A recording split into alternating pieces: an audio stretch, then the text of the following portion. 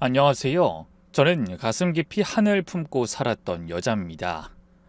제게 일어났던 일들은 너무도 끔찍하고 참담해서 말로 하는 것은 많이 힘들었는데 글을 써서 풀어보면 마음이 좀 나아지지 않을까 싶어 용기를 냈습니다. 떨리는 손으로 천천히 정직하게 이 사연을 써내려가 볼게요. 끝까지 제 이야기에 귀 기울여 주시길 바랍니다. 그럼 조심스레 시작해 보겠습니다. 저는 80년대 중반 남편과 결혼했습니다. 두 사람 모두 조금은 늦은 나이에 만나 가정을 꾸렸기에 신혼의 단꿈에 빠지기도 전에 아이부터 갖자며 서둘렀죠. 하지만 생명은 마음 먹는다고 쉽게 찾아오는 것이 아니더군요. 7년이 지나도록 아무 소식이 없었습니다. 기다림은 점점 체념이 되었고 언젠가부턴 둘이 살아도 괜찮다는 위로로 하루하루를 묻어가며 살았습니다. 그러던 어느 봄날, 그렇게도 간절히 바라던 기적이 찾아왔습니다. 축하드립니다. 임신이세요. 그동안 그렇게 듣고 싶던 말이었는데 막상 현실에서 들으니 꼭 거짓말 같았습니다. 그래서 물었어요. 정말요? 선생님, 오늘 혹시 만우절 아니죠? 여보, 의사 선생님이 농담하시겠어? 당신 임신이래. 나 아빠 되고 당신은 이제 엄마가 되는 거야. 믿어지지가 않아. 곧 우리 결혼한 지도 강산이 변할 만큼인데 하늘이 일부러 늦게 주신 거야. 그만큼 특별한 선물이라는 뜻이지. 여보, 정말 수고했고 너무 잘했어. 의사 선생님이 다시 한번 임신이라고 하셔서 그제야 웃을 수 있었습니다. 노산이니 조심 또 조심하면서 일상을 지냈답니다. 남편은 저에게 직장도 그만두라고 했지만 앉아서 편하게 하는 일이고 아깝기도 해서 퇴직은 하지 않았어요. 나중에 정말 힘들면 제가 먼저 그만두겠다고 말했죠. 10달 뒤 사랑스러운 딸이 태어났어요. 진통을 10시간 넘게 했는데 딸의 얼굴을 보는 순간 아팠던 것이 싹 가셨습니다. 남편과 저는 새로운 가족인 딸 덕분에 사는 게 2배, 아니 10배는 더 행복했답니다. 딸아이는 무럭무럭 건강하게 잘 자랐어요. 저희 부부도 다른 집 부모들처럼 딸이 천재거나 특별한 아이인 줄 알았죠. 그런데 지극히 평범한 아이였어요. 딸아이가 초등학교에 입학하고 제가 학부모가 되었을 때는 출산했을 때만큼이나 신기하고 기뻤습니다. 어린 것이 언제 이만큼 자라서 책가방을 메고 학교에 가게 되다니 참 기특하고 멋지고 예뻤죠. 주중에는 남편이 딸을 챙겼어요. 딸이 아침 일찍 학교에 가고 수업이 끝나면 곧바로 학원으로 향했는데 하루에 2-3군데씩 도는 날도 있어서 집에 도착하면 보통 오후 4시에서 5시 사이쯤이었죠. 그 시간이 되면 남편이 어김없이 학원 앞에 차를 대고 기다렸다가 딸을 데리고 집으로 돌아왔습니다. 남편은 그 무렵 개인 사업을 하고 있었어요. 자영업 특성상 시간에 비교적 여유가 있었고 저는 사무직으로 풀타임으로 일하고 있었기 때문에 아이의 하원과 돌봄은 남편의 몫이었죠. 아이가 유치원 다닐 때부터 그렇게 자연스럽게 역할이 나뉘었고 그이도 불평 없이 묵묵히 감당해줬습니다. 하지만 딸아이는 학원을 다니는 걸 정말 싫어했어요. 어느 날 저녁밥도 다 먹지 않고 입을 삐쭉 내밀더니 툭 던지듯 말했죠. 엄마, 나 학원 가기 싫어. 그냥 학교 끝나고 집에 오면 안 돼? 그럼 집에 혼자 있어야 하잖아. 미선이 너 아직 혼자 있기는 이르지 않아? 엄마 아빠가 걱정돼서 안 돼. 나도 이제 혼자 다닐 수 있는 나이야. 내 친구들도 다 혼자 집에 가. 그건 알지. 근데 엄만 네가 위험할까봐 마음이 놓이질 않아. 학원이 재미없는 것도 아니고 그냥 피곤하고 싫어. 엄마, 나 학원 좀 쉬면 안 돼? 딸은 말끝을 흐리며 고개를 푹 숙였고 그날 이후로도 비슷한 말을 몇 번이나 반복했어요. 하루는 학원 앞에서 울면서 전화를 하기도 했고 또 하루는 다녀와서 문을 꽝 닫고 방에 들어가더니 한참을 나오지 않기도 했죠. 그렇게 몇 달을 싫다고 힘들다고 가지 않겠다고 졸라댔습니다. 결국 남편과 앉아서 조용히 의논을 했고 긴 대화 끝에 제가 회사를 그만두고 아이를 직접 돌보기로 결정을 내렸습니다. 사실 저도 회사 일에 지쳐가고 있었고 딸과 보내는 시간이 너무 짧다는 죄책감도 점점 커져가고 있었거든요. 그래서 남편에게 말했죠. 여보, 앞으로 딱 3개월만 더 다니고 그만둘게. 그때까지만 당신이 미선이 하원 챙겨줘. 이후엔 내가 다 할게. 그래, 잘 생각했어. 사실 나도 그 말 기다리고 있었어. 아이는 원래 엄마 손을 타면서 커야 잘 크는 법이야. 당신 결정 참 잘했어. 딸에게도 조금만 참으면 제가 집에 있을 테니 학원을 석 달만 다니라고 일러줬죠. 이후부터는 제가 공부도 봐주고 간식도 만들어주고 집에서든 놀이터든 같이 나가서 놀겠다고 했더니 딸아이가 깡충깡충 뛰면서 좋아했답니다. 2달하고 보름이 지난 뒤 인수인계를 하고 회사를 정리하고 있었는데 어느 날 남편에게서 전화가 왔어요. 본의 아니게 거래처 사람과 점심을 먹다가 술이 좀 들어갔다는 거예요. 낮술을 마셔서 딸을 데리러 가지 못하겠다고 하더군요. 여보, 내가 좀 취했어. 술 마셔서 운전을 못할 것 같아. 낮술 마셨어? 아유, 잘하는 짓이다. 이 시국에 누가 낮에 술을 마셔? 미선인 그냥 걸어오라고 할까? 당신이 학원 앞으로 가서 데리고 와. 학원에서 집에 오는 길 중간에 골목도 많고 좀 으슥하잖아. 당신이 나가는 게 좋겠어. 알았어. 지금 막 집에 도착했으니까 세수만 하고 바로 나갈게. 이따가 보고해. 평소에 술이라면 한 잔도 잘 안 마시던 남편이었는데 그날따라 거래처 접대랍시고 낮술을 했고 차를 몰고 갈 수 없는 상태가 되어버렸죠. 결국 아이를 데리러 직접 걸어가라고 했는데 30분쯤 지나자 남편에게서 다시 전화가 걸려왔는데 목소리가 잔뜩 당황하고 들떠 있었습니다. 여보, 깜빡 잠이 들었어. 술 기운에 그만 소파에 앉았다가 나도 모르게 잤다고? 지금 4시 한참 넘었잖아. 미선인? 집에 왔어 안 왔어? 아직 안 왔는데 학원 앞에서 당신 기다리는 거 아니야? 지난번에 내가 좀 늦게 갔더니 자기가 그냥 혼자 집에 왔었어. 미선인 기다리는 걸 싫어해서 아마 오늘도 그냥 걸어왔을 거야. 근데 안 왔다며? 빨리 나가봐. 나가서 미선이 찾아봐. 학원 쪽으로 걸어가 보면 만나겠지. 어서 나가. 알았어 여보. 금방 나갈게. 내가 다시 전화할게. 그때는 핸드폰이 지금처럼 아이들 손에 자연스럽게 들리던 시절이 아니었어요. 초등학생이 휴대폰을 들고 다니는 일은 아예 없던 때였죠. 그래서 연락도 위치 공유도 안 되는 상황이었습니다. 믿을 수 있는 건 눈과 발뿐이라 남편이 직접 나가서 찾아야 했습니다. 전 금방 전화가 올 줄 알고 마음을 졸이며 기다렸는데 남편은 그 후로도 한참 동안 연락이 없었어요. 휴대폰을 붙잡고 조마조마하게 시계를 보며 기다리는데 분침은 너무도 느리게 움직였고 가슴은 점점 더 철렁 내려앉았답니다. 이윽고 남편에게서 전화가 걸려왔어요. 목소리는 떨리고 숨소린 거칠었습니다. 여보, 우리 미선이가 없어진 것 같아. 어떻게 여보? 나 이제 어떻게 해야 해? 잘 찾아봤어? 학원 가는 길을 다 돌아본 거야? 지금도 술 깨지도 않고 엉뚱한 길 걷고 있는 거 아니야? 아니야, 술은 진작 다 깼어. 나 정신 말짱해.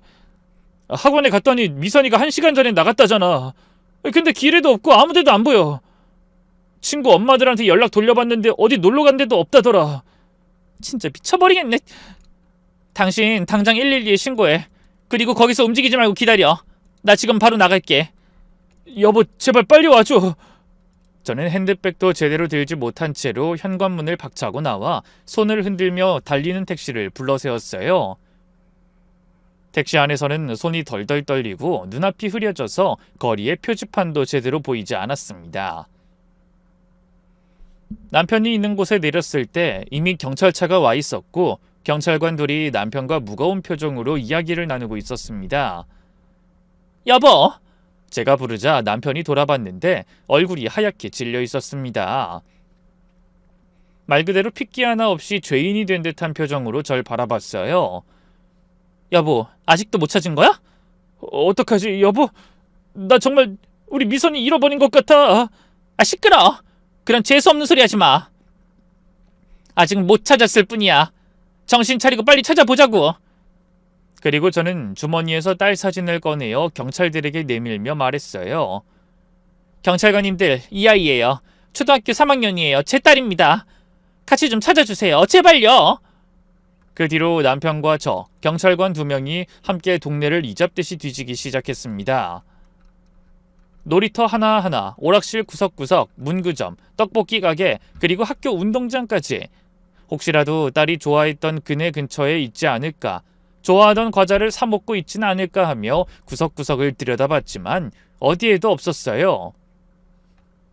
부르는 소리는 점점 떨려갔고 신발 밑창은 진창처럼 무거워졌습니다. 그때는 지금처럼 골목마다 CCTV가 달려있던 시대가 아니었어요. 동네 큰 길가에 간신히 한 대 설치된 CCTV가 있어서 경찰이 확인했지만 거기에도 딸의 모습은 찍혀있지 않았습니다. 흐릿한 영상 속에는 오토바이 배달원과 등산 가방 맨 중년 남자들, 그리고 유모차를 끄는 아주머니만 보였어요. 미선이의 그림자조차 찾을 수 없었습니다. 경찰들의 수색은 일주일 넘게 이어졌어요. 딸이 사라진 그날 이후 마치 땅이 삼켜버린 듯 아무 흔적도 남기지 않은 미선이를 찾기 위해 경찰들은 근처 야산을 오르고 좁은 골목을 샅샅이 훑고 아무 집 대문이나 두드려서 저희 딸 사진을 보여주며 물었답니다. 이 아이 혹시 보신 적 있으세요? 하루에도 수십 번씩 묻고 또 물었지만 돌아오는 대답은 모두 같았어요. 못 봤어요. 미안해요. 어디에도 딸의 흔적은 없었습니다. 마치 세상에서 지워진 사람처럼요.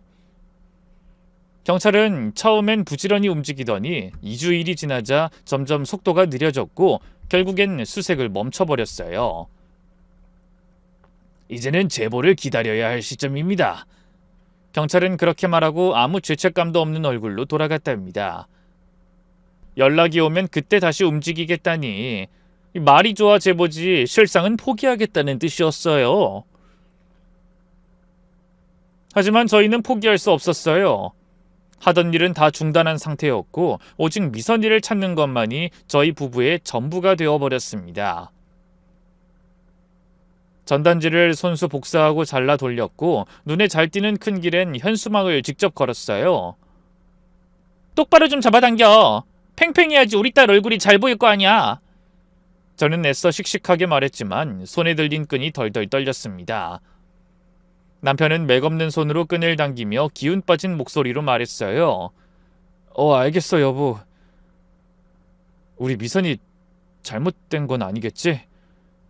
누가 잘 돌봐주고 있는 거겠지? 그래, 분명히 무사할 거야. 내 딸은 내가 잘 아는데 겁도 없고 씩씩한 애야. 아주 강한 아이라고.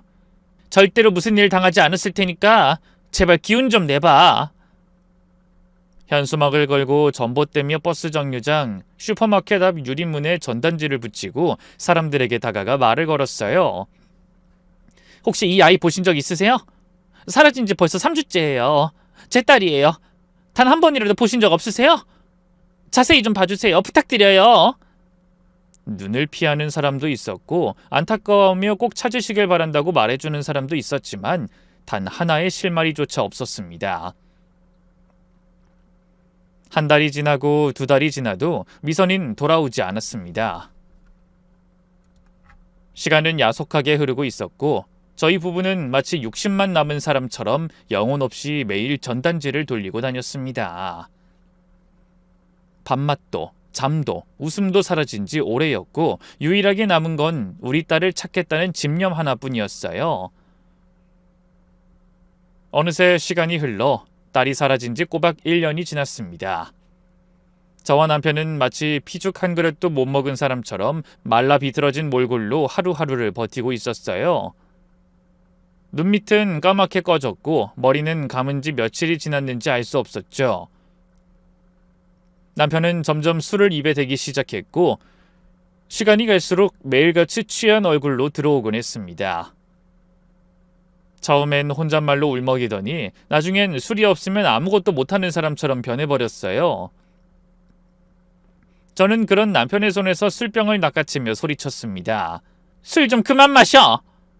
맨정신으로 있기가 너무 힘들어서 그래. 조금만 마실게.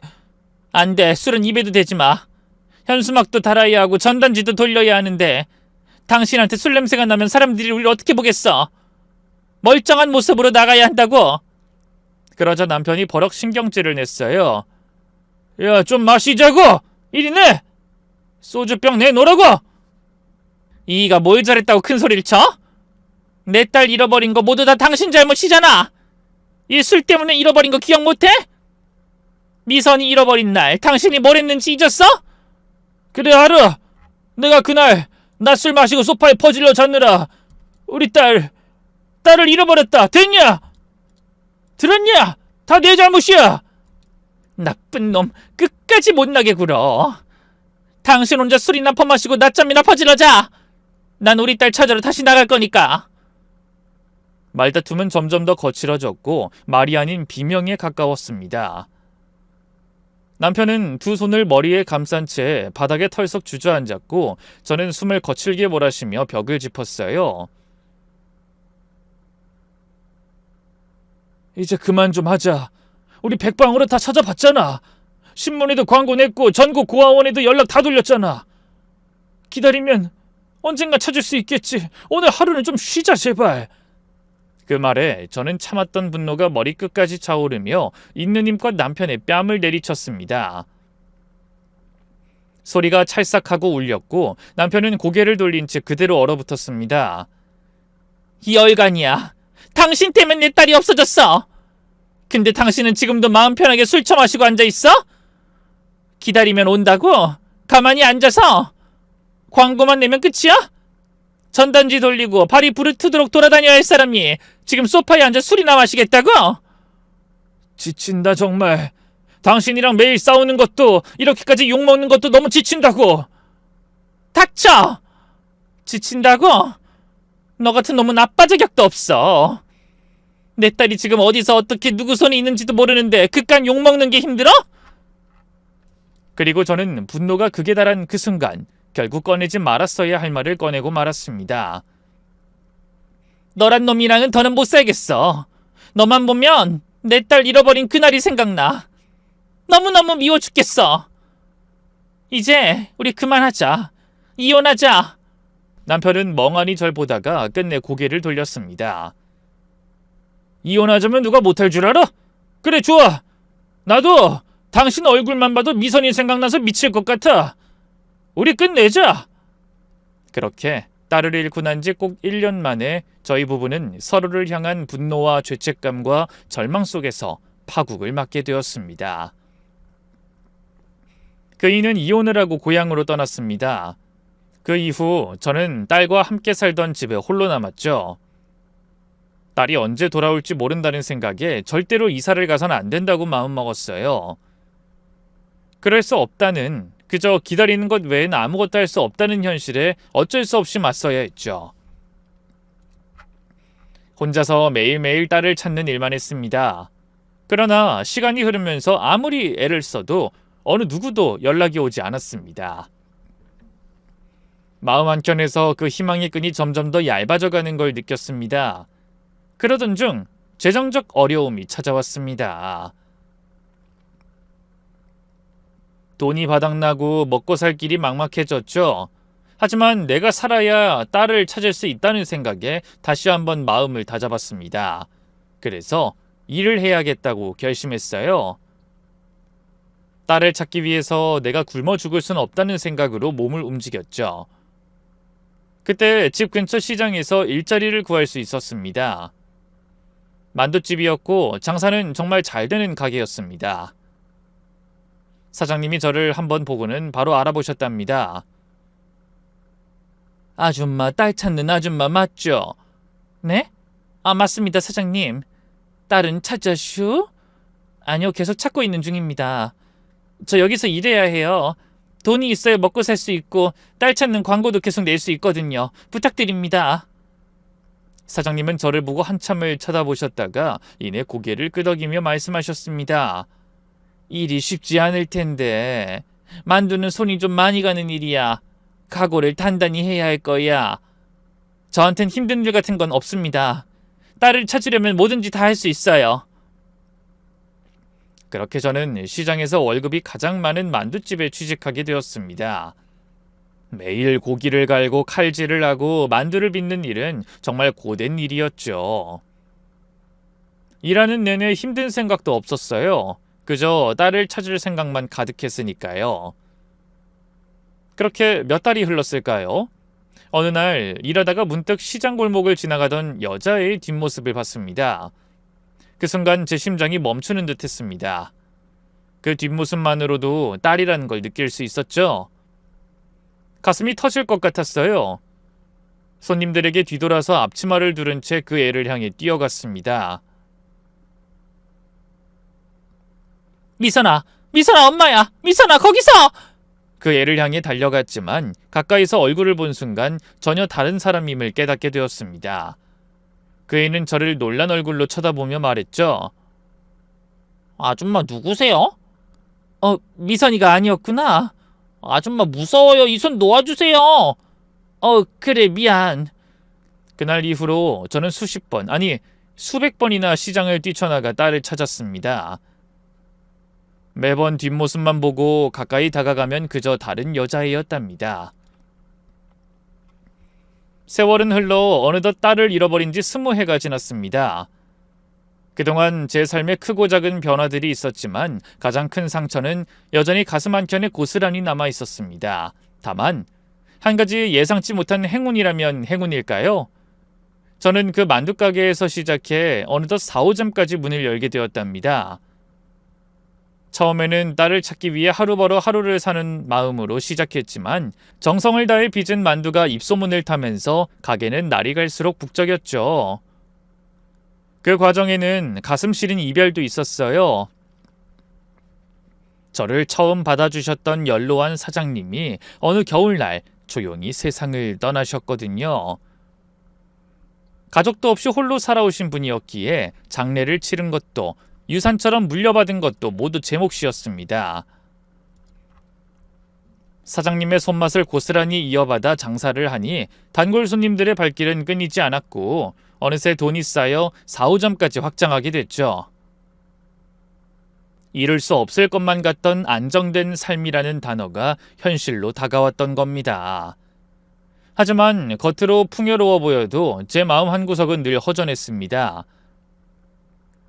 만두를 수백 개, 수천 개를 빚어도 그 공허함은 메워지지 않았어요.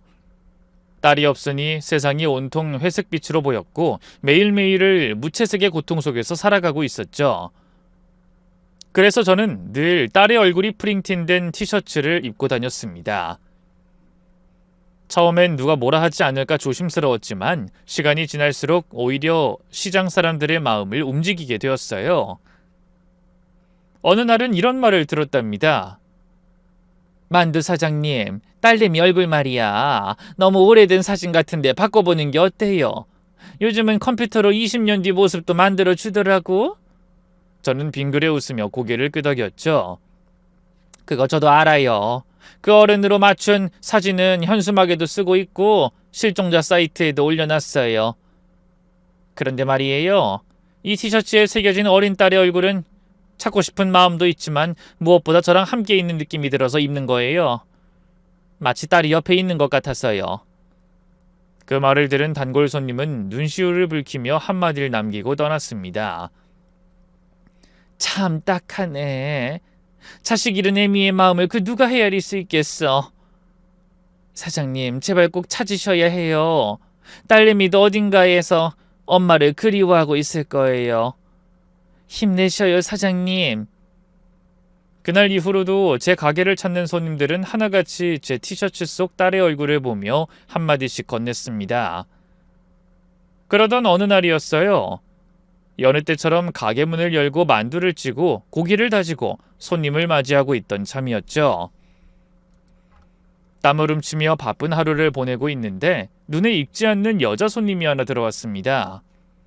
또래보다 좀 앳된 인상에 검정색 코트를 단정히 여민 채 조용히 문을 열고 들어오더라고요. 포장을 하려나 했더니 뜻밖에도 자리에 앉아 먹겠다고 하더군요. 혼자 와서 말없이 메뉴판도 보지 않고 곧장 고기만두 주세요라며 주문했습니다. 이윽고 만두를 내어드렸는데 이상하게도 그 아가씨는 만두를 하나 집어 입에 넣을 때마다 제 쪽을 힐끔힐끔 바라보는 겁니다. 마치 뭔가 말하고 싶은데 망설이는 사람처럼요. 처음엔 그러려니 했지만 시선이 너무 자주 느껴지니 못 본 척 넘길 수 없더군요. 그래서 조심스레 말을 건넸습니다. 저기 손님, 혹시 뭐 필요하신 거라도 있으세요? 손님은 순간 놀란 듯 눈을 깜빡이더니 천천히 고개를 저으며 말했어요. 아니에요. 만두가 아주 맛있네요. 소문 듣고 왔는데 진짜 맛집이네요. 아이고 감사합니다. 단무지 더 드릴까요? 네 주세요. 단무지 좋아해요. 손님은 단무지를 받아선 또다시 제 쪽을 바라보며 천천히 만두를 씹었죠. 그 눈빛이 어딘가 수상하면서 복잡한 감정이 얽힌 듯 보여 괜히 가슴이 서늘해졌습니다.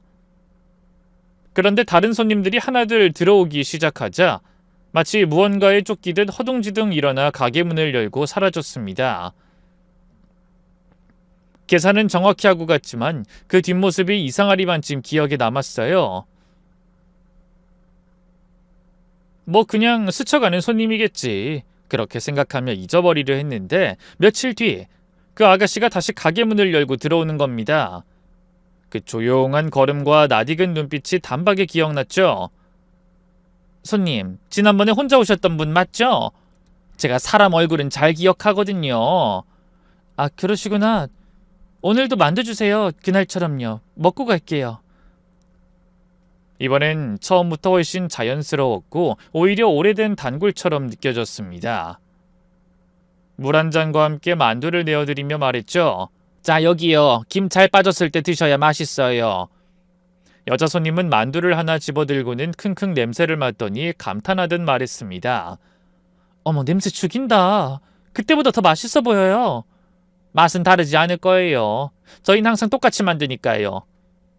이 손맛이란 게 꾸준해야 하거든요. 그러자 여자 손님이 만두를 조심스럽게 입에 넣고 천천히 씹다 또 저를 뚫어져라 쳐다봤습니다. 저기 손님 뭘 더 드릴까요? 김치만두 추가하실래요? 아니요. 이것도 양이 많아서요. 근데 너무 저를 빤히 보셔서 좀 민망하네요. 아닙니다. 제가 괜한 말을 했어요. 사람이 사람 보는 게 뭐가 이상한 일이라고 유난인지. 장사하는 사람이 별소리를 다 하네요. 미안합니다, 손님. 그러자 제 말에 이렇게 답하더군요. 사장님 본 게 아니에요. 사장님이 입고 있는 그 티셔츠 본 거예요. 어린 여자의 사진이 박힌 거요. 저는 잠시 시선을 내려다보고 입고 있던 티셔츠를 쓰다듬듯 바라보며 대답했죠. 아, 이거요? 그러셨구나. 이 아인 제 딸이에요. 예쁘죠? 여자 손님이 조심스럽게 물었습니다. 지금은 어디 계세요? 그 질문에 제 속이 확 무너져 내리는 기분이었어요. 그렇지만 전 담담하게 말을 꺼냈습니다. 20년 전에 잃어버렸어요. 딸이 학원에 다녀오는 길에 감쪽같이 사라졌죠. 어디에선가 살아있다고 믿고 있지만 아직은 찾지 못했어요. 혹시라도 이렇게 생긴 여자애, 아니 지금쯤이면 다 컸으니 이 얼굴이랑 닮은 여자를 보시거든 꼭 연락해 주세요.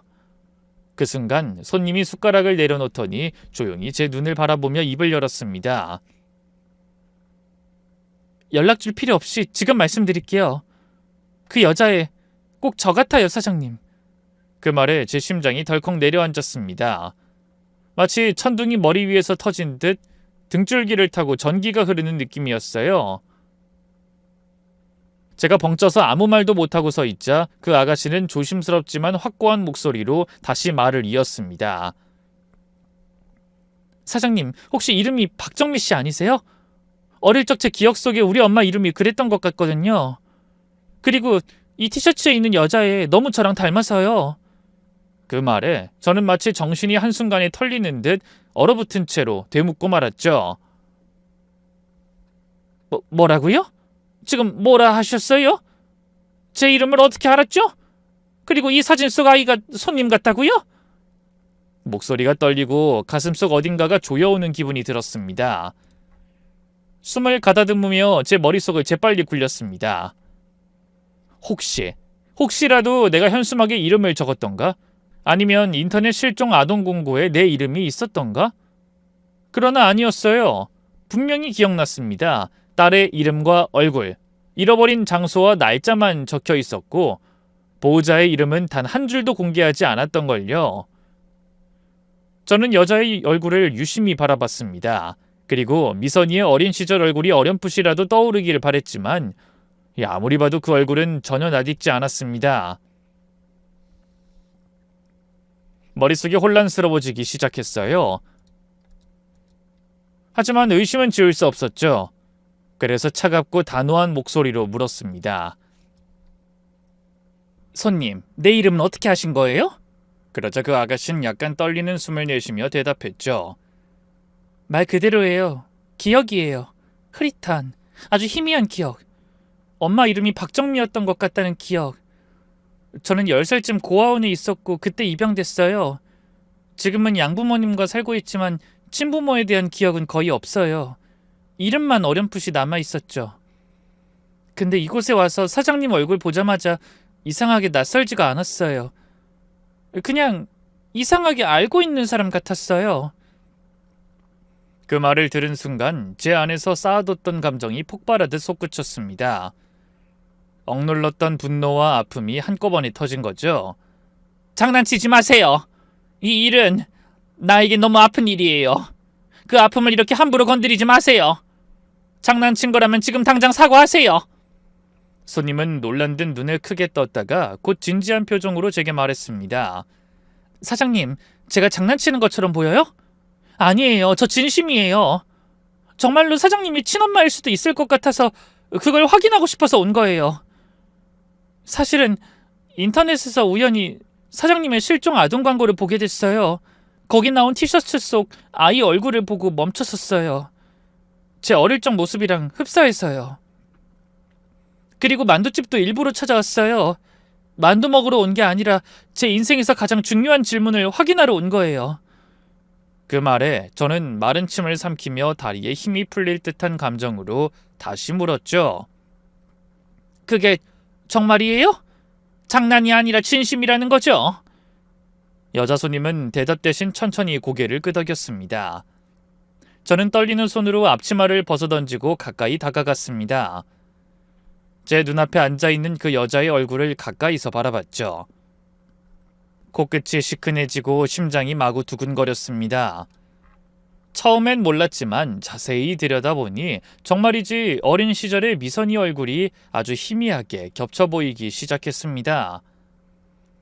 눈매 끝이 닮았고 입꼬리의 흐름이 꼭 그 아이 같았어요. 변했지만 완전히 사라지지 않은 딸의 얼굴 같았습니다. 제 심장은 터질 듯 뛰었고 입술은 떨려서 말을 잇지 못했어요. 그 순간 내가 진짜 만두집에서 일을 하고 있는 건지 아니면 오랜 세월 쌓인 그리움이 만들어낸 꿈속에 갇혀 있는 건지 머릿속이 혼란스럽기만 했습니다. 김이 모락모락 피어오르는 주방 안, 만두 찜통 위에 서 있었던 내가 아닌 20해 전 그날처럼 또 한 번 운명 앞에 멈춰선 채로 말이죠. 하지만 이내 정신을 붙잡았고 떨리는 눈으로 여자의 얼굴을 다시 바라봤습니다. 처음엔 낯설기만 했던 그 얼굴이 점점 천천히 어릴 적 저의 딸 미선이의 모습과 겹쳐지기 시작했어요. 그때 확신이 마음속에서 터져나왔습니다. 미선아, 너 미선이 맞구나. 그러자 여자 손님이 고개를 갸웃하며 조용히 대답했죠. 제 이름은 아름이에요. 한아름. 과거 어떤 이름을 썼는진 기억나지 않아요. 근데 친엄마 이름은 기억이 나요. 그 말에도 저는 머리카락이 서는 기분을 느꼈습니다. 그건 어미의 감각이었던 것 같아요.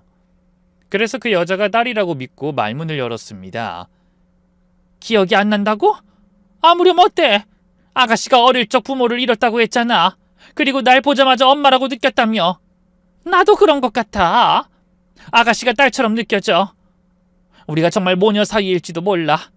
그러니 우리 이럴 게 아니라 유전자 검사 받아보자. 그럼 다 밝혀질 거야, 확실하게.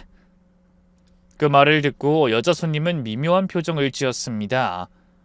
망설이는 듯 마음속에서 뭔가를 저울질하다가 갑자기 자리에서 일어나려 하더군요. 제가 잘못 생각한 것 같아요. 죄송해요. 이만 가볼게요. 미선아, 가지마. 또다시 널 잃을 순 없어.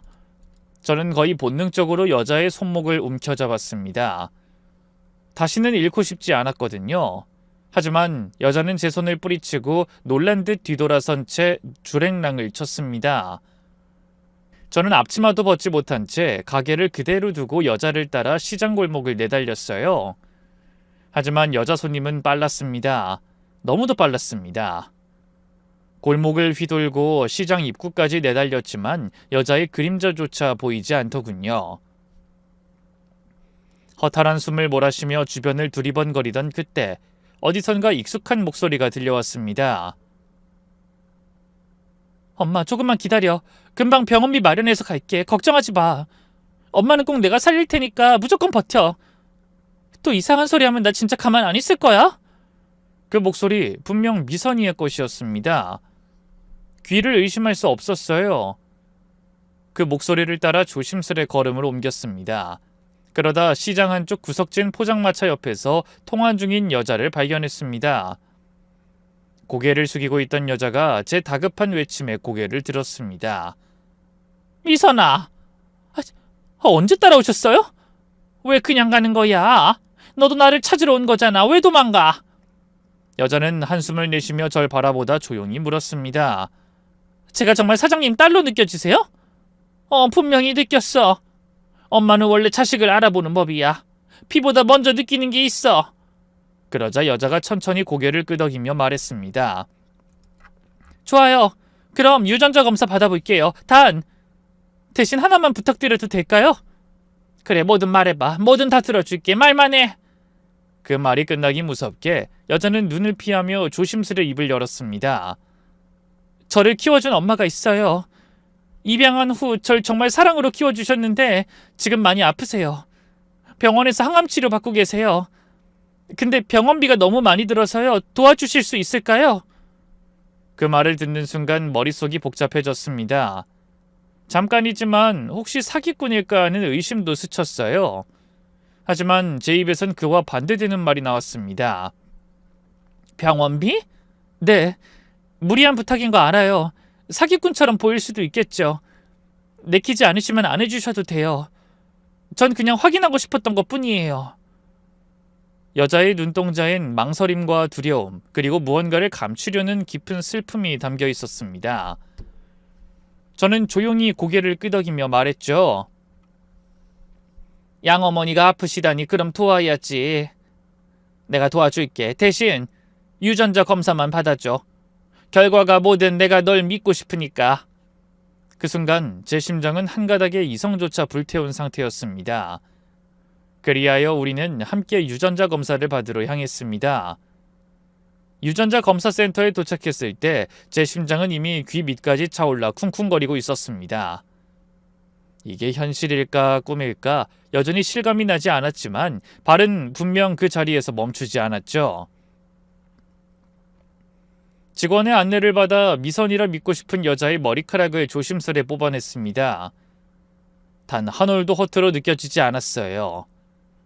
그 머리카락 하나하나에 지난 20해가 꾹꾹 눌러 담겨 있는 듯 했습니다.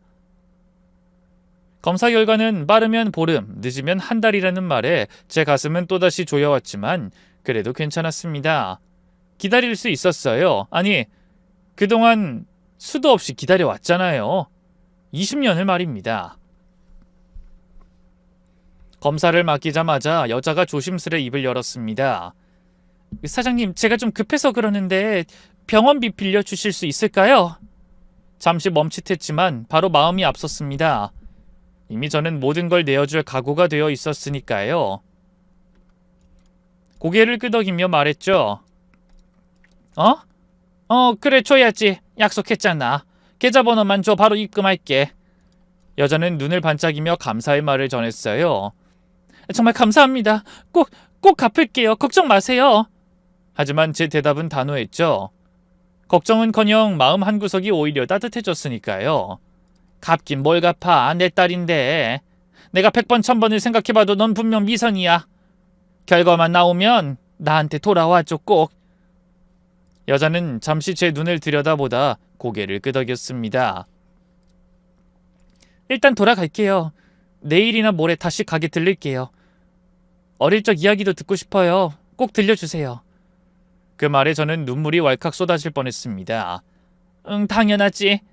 내가 기억하는 네 모습, 미선이 너의 웃음이, 말투가, 버릇이 다 기억나. 원 없이 들려줄게. 꼭 와야 해, 꼭. 그렇게 여자는 다시 떠났습니다. 저도 만두가게로 돌아갔습니다.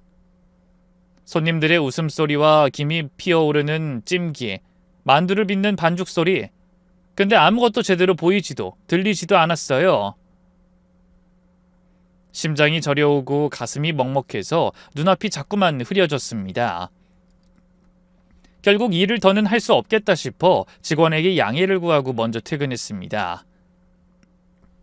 그날 밤 잠을 이루지 못한 채 눈을 감았다 떴다 하며 뒤척였고 이튿날 아침이 되자마자 벌떡 일어나 핸드폰을 손에 쥐었습니다. 너무 이른 시간이라 전화하면 안 되나 싶다가도 20일 만에 만난 딸과의 통화인데 시간이 대수냐 하는 생각이 들더군요. 그래서 결국 용기를 내어 전화를 걸었습니다. 신호음이 울리다가 끊겼습니다. 이른 시간이라 받지 못하나 보다 마음을 다독이며 1시간 뒤 다시 전화를 걸었지만 또다시 무응답. 2시간 뒤 다시 한번 전화를 걸었고 그 뒤로는 통화 버튼을 누를 때마다 손끝이 떨렸습니다. 그렇게 몇 차례를 시도하고 나서 문자를 남겼습니다. 미선아, 잘 도착했니? 양어머니는 어떠시니? 우리 가게 들른다고 했었지? 꼭 연락해줘. 그 문자를 보내고도 하루 종일 핸드폰만 만지작거리며 기다렸지만 답장은 오지 않았습니다. 이틀이 지나고 사흘, 나흘이 지나도 여자는 끝내 연락을 주지 않았습니다. 핸드폰은 울리지 않았고 문자엔 아무런 반응도 없었죠. 일주일이 되는 날 핸드폰을 다시 눌러봤는데 전원이 꺼져 있습니다 라는 기계음만 차갑게 되돌아오더군요. 시간이 흐를수록 심장이 조여드는 듯한 고통이 몰려왔습니다. 말라붙은 입술로 하루에도 몇 번씩 속으로만 이름을 부르고 또 불렀습니다. 그러던 어느 날 가게로 찾아온 단골 손님 한 분이 제 얼굴을 보고는 이상한 낌새를 눈치챘습니다. 아니 만두 사장, 무슨 일 있어? 안색이 왜 그래? 네? 아니요, 그냥 좀 피곤했어요. 무슨 일이야? 말을 해봐. 아니 내가 20년 넘게 사장님 가게 들락거렸지만 오늘처럼 초조한 얼굴 처음 봐. 마치 심장이 딱 붙들린 사람처럼. 그 말에 저는 결국 더는 숨길 수가 없었습니다. 그렇게 한숨을 내쉰 뒤 조심스레 입을 열었죠. 그래 보여요? 손님, 혹시 제 얘기 좀 들어주시겠어요? 그리고는 그날 처음 만났던 여자 손님부터 유전자 검사, 병원비, 그리고 지금까지 연락이 끊긴 이야기까지 감정이 터져나오는 것을 참으며 털어놨습니다. 저는 숨김없이 진심을 담아 말했어요. 가게 한편에서 만두를 먹던 손님은 말없이 들으며 천천히 숟가락을 내려놓더니 제 등을 퍽 하고 쳤습니다. 아니 못난 사람아, 그건 사기잖아. 정신 좀 차려. 사기요? 아니에요. 분명히 그 아이는 제 딸이라는 느낌이 있었어요. 아니야, 그건 마음이 만든 착각이야. 네 마음을, 그 딸을 향한 그 간절한 마음을 누군가가 교묘하게 이용한 거라고. 사기꾼이 작정하고 들어온 거야. 지금 당장 경찰에 신고해. 안 돼요. 어떻게 딸일지도 모르는 아이를 경찰에 신고해요. 이 사람 정말 정신 나갔네. 아직도 세상이 어떤 곳인지 몰라. 이 사람 마음이 얼마나 약해질 수 있는지, 그걸 노리고 달려드는 인간이 얼마나 많은지 알아. 당장 신고해. 그 말에 저는 혼란스러웠습니다. 믿고 싶었지만 다시 생각해보니 그 모든 상황들이 어딘가 이상하긴 했어요. 너무 빠르게 다가왔고 너무 쉽게 제 마음을 파고들었고 너무 자연스럽게 돈을 요청했죠. 그럼 정말 그 여자가 날 속인 거예요? 단골 손님은 혀를 차며 고개를 저었습니다. 아유, 답답하. 장사는 그렇게 잘하면서 왜 이런 데서 넘어가? 마음이 약하다고 다 이해해주는 세상 아니야. 어서 경찰서 가서 말해. 사장님 돈 다 빼돌리기 전에 어서 찾으라고. 그제야 저는 무거운 마음으로 자리에서 일어났습니다. 네, 알겠어요. 그럼 저 먼저 일어날게요. 곧장 경찰서로 향했습니다. 마음은 불덩이처럼 타올랐고 팔다리는 휘청거릴 정도로 떨렸습니다. 힘들게 경찰서에 도착하자 저는 그간 있었던 일을 하나하나 설명했습니다. 경찰들은 제 말을 가만히 들으며 고개를 끄덕였고 제가 입금했던 계좌 내역을 받아선 바로 조회에 들어갔습니다. 한참 동안 기다리자 경찰 중 한 명이 무거운 얼굴로 다가왔습니다. 사장님, 위치 파악됐습니다. 검거 협조가 필요합니다. 이 사기친 여자가 맞는지 확인해 주시면 바로 체포하겠습니다. 저희랑 동행해 주시죠. 그 말에 저는 숨이 막히듯 대답했습니다. 네? 네, 알겠습니다. 그렇게 경찰차에 올랐습니다. 창밖으로 지나가는 거리가 낯설게만 느껴졌고 심장은 두근거리는 것이 아니라 아예 소리를 잃은 듯 조용해졌습니다. 속으로 계속 되뇌었죠. 설마 진짜 사기였던 걸까? 아니야. 어쩌면 무슨 사정이... 모르겠어. 뭐가 어떻게 된 건지 모르겠어. 도착한 곳은 병원이었습니다. 경찰관이 조용히 신분증을 꺼내들고 병원 접수 창구에서 몇 마디를 주고받자 곧 여자가 어디에 있는지 알려줬습니다. 저는 경찰과 함께 엘리베이터를 타고 묵묵히 올라갔습니다. 층수가 높아질수록 제 심장은 더 불안하게 요동쳤고 숨소리는 점점 더 거칠어졌습니다. 마침내 해당 층에 도착해 서늘한 복도를 따라 조심스럽게 걸어갔습니다. 복도 끝 회색 병실문 앞에 도착하자 경찰관이 손잡이를 돌려 문을 열었습니다. 문이 열리는 순간 눈앞엔 너무나 익숙한 얼굴이 있었습니다. 바로 저에게 엄마일지도 모른다고 했던 그 여자. 모든 것이 거짓말이었던 사기꾼일지 모를 그 여자. 그리고 그 옆에 병상에 누워 고통스럽게 숨을 몰아쉬는 아마도 그녀의 양어머니로 보이는 여인이 누워 있었습니다. 순간 사기꾼 여자가 돌아보더니 절 보곤 눈을 크게 떴습니다. 어머, 사장님? 여긴 어떻게 알고 오셨어요? 그 말에 저는 참았던 감정을 억누르며 한 걸음 앞으로 다가섰습니다. 어떻게 알았냐고? 너 미선이 아니었니? 나한테 거짓말한 거야? 왜 아무 연락도 없었던 거야? 여자는 얼떨떨한 표정으로 손을 내저으며 말했죠. 저희 엄마가 갑자기 많이 안 좋아지셔서요. 간병하느라 핸드폰을 제대로 볼 틈이 없었어요. 근데 이분들은 누구시죠? 경찰관이 조용히 신분증을 내보였습니다. 여자의 눈동자가 순간 휘둥그레지며 뒷걸음질을 쳤습니다. 그제야 분위기가 달라졌다는 걸 눈치챈 듯 입술을 달싹였지만 무슨 말을 해야 할지 몰라 보였습니다. 같이 경찰서에 좀 가실까요? 그 말이 떨어지려는 순간 병실 문이 또다시 열렸고 한 남자가 큰 봉투를 들고 들어왔습니다. 퀵서비스입니다. 모두의 시선이 그 봉투를 향했습니다. 여자는 놀랄 만큼 침착하게 봉투를 받아들고 그 자리에서 바로 뜯더군요. 그리고는 봉투 안에서 종이를 꺼내 저를 향해 내밀었습니다. 경찰서 가기 전에 이거부터 보시죠, 사장님. 뭔데 그래? 이게 뭐야? 손끝이 떨렸습니다. 그 종이를 받았을 때 심장이 그야말로 멎는 줄 알았습니다. 그리고 그 종이 위에 적힌 글자. 유전자 검사 결과 친자일치 99.99%. 그 순간 마른 입술로 숨을 들이켰다 입 밖으로 터져나오는 울음이 제지되지 않았습니다. 눈물이 왈칵 쏟아졌고 코끝이 시큰해진 채로 종이를 들고 무릎을 꿇을 뻔했습니다. 세상에, 내 딸이 맞았네. 맞았다고, 미선아. 제 손에 들려있던 그 한 장의 종이는 20해 동안 지닌 그리움과 눈물과 가슴을 도려내던 세월을 한순간에 덮어줬습니다. 땅이 흔들리는 것 같았고 세상이 멈춘 듯 했어요. 딸아이는 조용히 말했습니다. 그러네요. 제가 친딸이 맞네요. 그런데 경찰을 데리고 오셨네요. 그 말에 저는 고개를 푹 숙이며 어찌할 바를 몰라 더듬더듬 말했습니다. 아니야, 그게 아니야. 오해야. 탄골 손님이 자꾸 사기일 거라고 해서 내가 뭘 말하는지도 모르겠어. 미안해, 정말 미안해.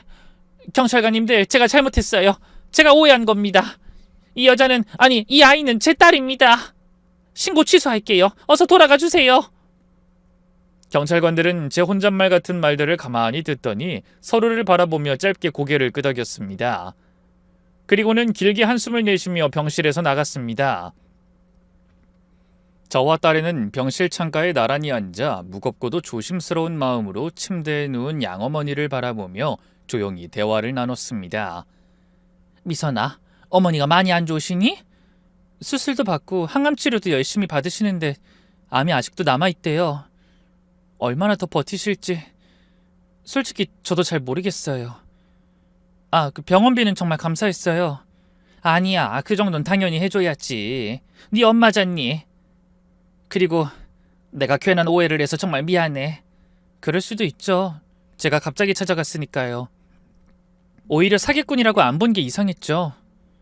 그래도 미안하다. 이번 일도 그리고 그 오래전 널 잃어버린 그 죄도 다 내 잘못 같아. 딸아이는 고개를 숙이며 조용히 말했죠. 저 나름대로 잘 살았어요. 양부모님은 정말 따뜻하셨어요. 근데 양아버지는 재작년에 돌아가시고 이제 엄마까지 이렇게 아프시네요. 그 말을 들으니 마음이 찢어지는 것 같았습니다. 친엄마로서의 기쁨을 표현하고 싶은 순간에 그 기쁨은 이 병실의 침묵 앞에서 너무도 조심스러워졌습니다. 딸은 매일같이 병실을 지켰고 저 역시 딸아이를 만나기 위해 병원으로 발걸음을 옮겨야 했죠. 그렇게 시간이 흐르길 한 달. 결국 딸아이의 양어머니는 조용히 눈을 감으셨고 저희는 함께 장례를 치렀습니다. 딸이 울며 어깨를 들썩이던 그날 저는 무슨 말도 건네지 못했습니다. 대신 가만히 딸의 등을 쓸어내리며 이제라도 곁에 있어줄 수 있음에 감사했죠. 그리고 어느 날 딸애가 조심스럽게 제게 말했습니다. 엄마, 이제 기억이 좀 나요. 어릴 때 여기서 살았던 기억이 뜨문뜨문 떠올라요. 정말이야, 미선아? 그땐 도대체 무슨 일이 있었던 거니? 기억나는 건 없니? 고아원에 간 이유도 이전의 일들은 솔직히 하나도 기억 안 나요. 기억이 또 끊겼어요. 그래, 뭐 그럴 수도 있겠지. 만약 네가 알고 있었다면 널 더 일찍 찾을 수 있었을 거야. 아무튼 이렇게라도 돌아와줘서 정말 고맙다. 사랑한다, 내 딸. 딸은 조용히 물었습니다. 아빠는요? 저한테 아빠가 있었던 기억도 나는데 아닌가? 그 말에 잠시 머뭇거리다 조심스럽게 고개를 끄덕였어요. 그래, 네 아빠 연락해볼까 했는데 널 잃고 나서 우리가 이혼을 했거든. 그리고 나중에 들은 이야기인데 그이는 벌써 이 세상 사람이 아니래. 진실은 숨길 수 없었습니다. 여러 친척들을 통해 어렵게 알아낸 결과 전 남편은 저와 헤어진 뒤 술에 빠져 살다 2년 전에 세상을 떠났다고 하더군요.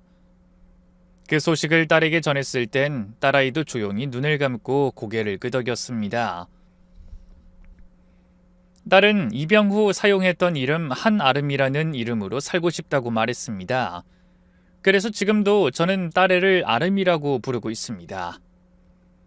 딸아이는 제 집으로 들어와 살게 되었고 어느새 저희 만두집에서도 함께 일하게 되었답니다. 엄마, 내가 만든 만두 좀 맛보세요. 뭐가 빠진 것 같지 않아요? 그래도 제법 맛있네. 근데 고기 양념이 좀 덜 들어간 것 같구나. 역시 갈 길이 머네요. 천천히 해도 돼. 아니, 못해도 상관없어.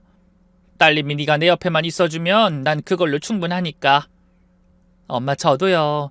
엄마 옆에 있어서 정말 좋아요. 아주 많이요. 근데 이제 그 티셔츠는 그만 입으시면 안 돼요. 사진 속 아이가 저란 걸 알고 나니까 손님들이 비교하는 게 너무 창피해요. 그래? 난 그 티셔츠 볼 때마다 네가 살아있다는 걸 믿었는데. 알았다. 살아있는 너가 이렇게 내 옆에 있는데 굳이 사진에 기대지 않아도 되겠구나. 이제 진짜 새로 시작하자 우리. 엄마와 딸로. 그렇게 저희는 함께 만두를 빚으며 하루하루를 살아가고 있었는데 얼마 전 또 하나의 반가운 소식이 찾아왔어요. 시장에서 일하던 총각이 바로 제 딸과 연애를 시작했다는 겁니다. 제가 평소에도 좋아하고 아끼던 총각이었기에 이 둘이 만난다니 마음이 얼마나 흐뭇했는지 몰라요. 지금 두 사람은 결혼을 전제로 조심스럽게 예쁜 사랑을 키워가고 있답니다. 이렇게 딸을 잃었던 순간부터 시작해 20해가 지나 다시 마주하고 다시 살아가게 된 이야기를 써봤습니다. 혹시 이 이야기를 읽으시며 마음이 조금이라도 따뜻해지셨다면 저로서는 그보다 더한 기쁨이 없을 것 같습니다. 이제는 제 딸의 웃음소리가 부엌 가득 울리고 만두찜기 위로는 삶의 김이 피어오릅니다. 제 사연을 들어주셔서 감사합니다. 늘 건강하시고요. 행복이 가득하시길 바랍니다. 안녕히 계세요.